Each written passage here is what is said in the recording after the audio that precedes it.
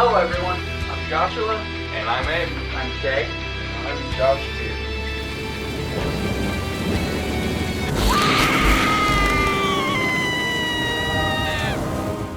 Hello everyone, Joshua Myers here, and today we're going to be continuing on the Marvel Cinematic Universe journey with The Incredible Hulk from 2008. On June 13th, you're gonna like it when he's angry. Hulk! Smash! Rated PG-13. The Incredible Hulk stars Edward Norton, Liv Tyler, Tim Roth, William Hurt, Tim Blake Nelson, and is directed by Louis Latiner, I think? Here's his name right here, just in case if I butcher that name.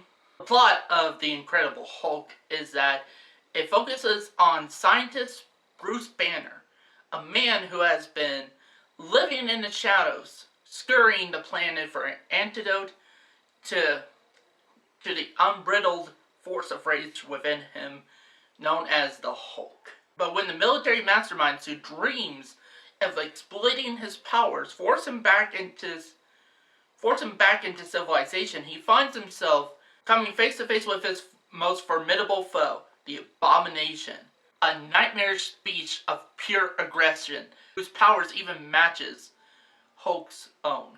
Now, before I get on to this review, at least as far as talking about my positives and negatives, I would say this is the first time I've ever seen this one. The only Hulk movie I really saw was the 2003 Hulk movie. I saw that one in the theaters. I don't remember much of that one either. I'll probably review that at some point, but as of right now, I'm reviewing this one to try to complete my MCU review series. And this is the last one I needed to do for the entirety of Phase 1 of the MCU as far as reviews go. And it took a while for me to get to this one because of the fact that, Disney Plus does not have this movie for some weird reason. Like, I had to basically find it at the pawn shop and watched it on DVD, so let's just get to my positives and negatives here.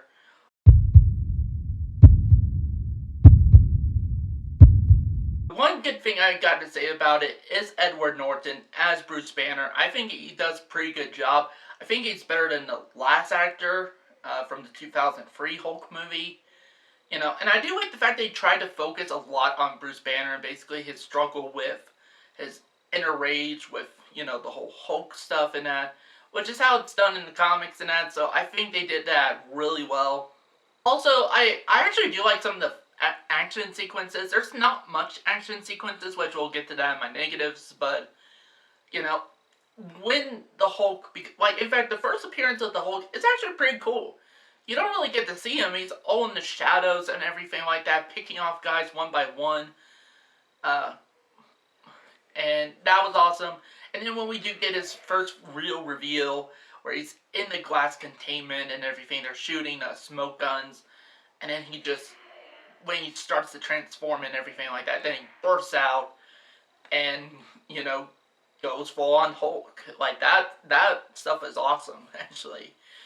And I actually do like the look of the Hulk, at least as far as CGI-wise and stuff like that. It just is designed better than the 2003 movie.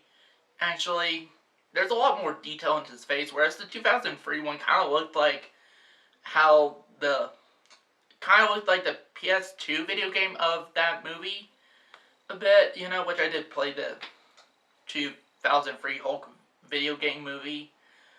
And yeah, it does look like that in that film, but this one I think it's a step up as far as design-wise and effects-wise go.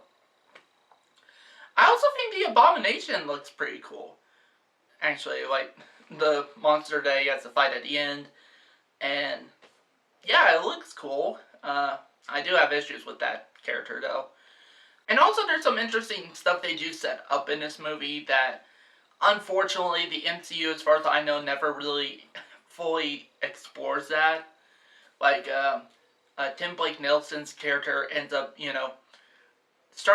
get to start to see him transform into something after an incident and that, and, it's like, okay, I think, and they kind of built him up to maybe be the next villain for the Hulk. And that never went anywhere so far, at least as far as I know.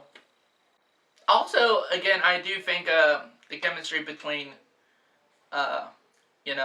Bruce Banner and Betty Ross, is a lot better in this film than it was in the last film. It feels much more like a real relationship than the other, movie.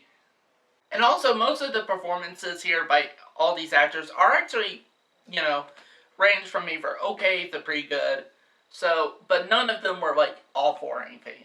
No awful performances here.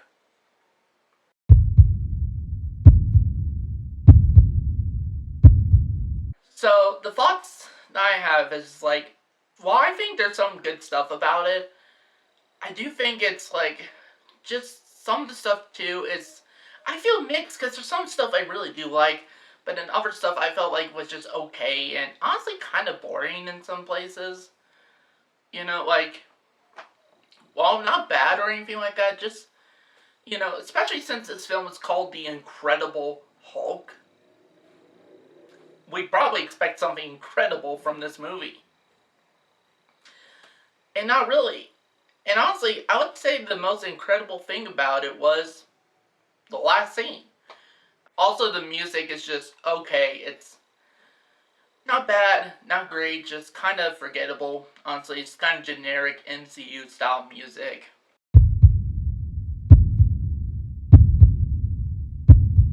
Basically, for most people who have seen this and that, you end up being, at the end of the movie. It wasn't an after credit scene or nothing like that. It was the very last shot of the movie.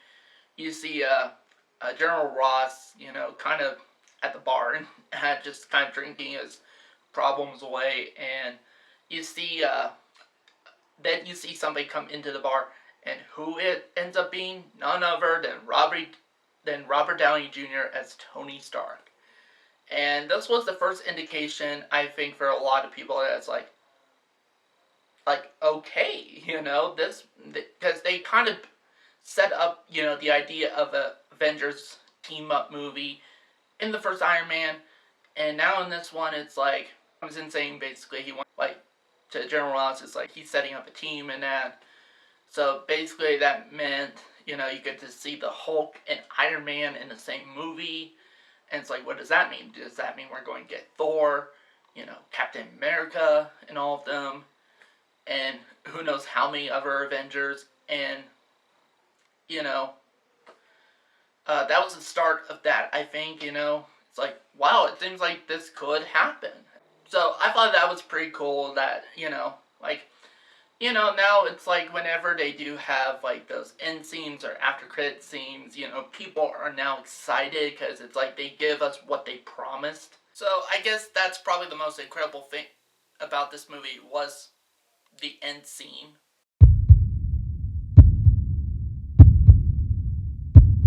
I don't have any negatives, 100% real negatives. I'm not ooh, this sucks or anything this part sucks or nothing like that. It just was mixed thoughts or positives. That's it. So let's move on to my rating. So with that said, I'm going to give The Incredible Hulk a 3 out of 5 stars. Honestly, this is the pure definition of just an okay movie. It's not it's definitely not one of the better MCU movies. I can think of other ones that were better than this one. But, it's definitely not, at the bottom of the barrel for the MCU. And I would say this, I would love to see I would love to see another take on, I would love to see Marvel Studios actually take another shot at a solo Hulk movie. This time with Mark Ruffalo as the Hulk, as he ended up replacing Edward Norton. So, I would love to see another, them try to take a crack at another Hulk movie and actually do, have any of the things I felt were, could have been done better than that from this movie and improve upon those in the next movie. If they were to do another Hulk solo movie. So that's it for this review. Thank you guys for watching, and...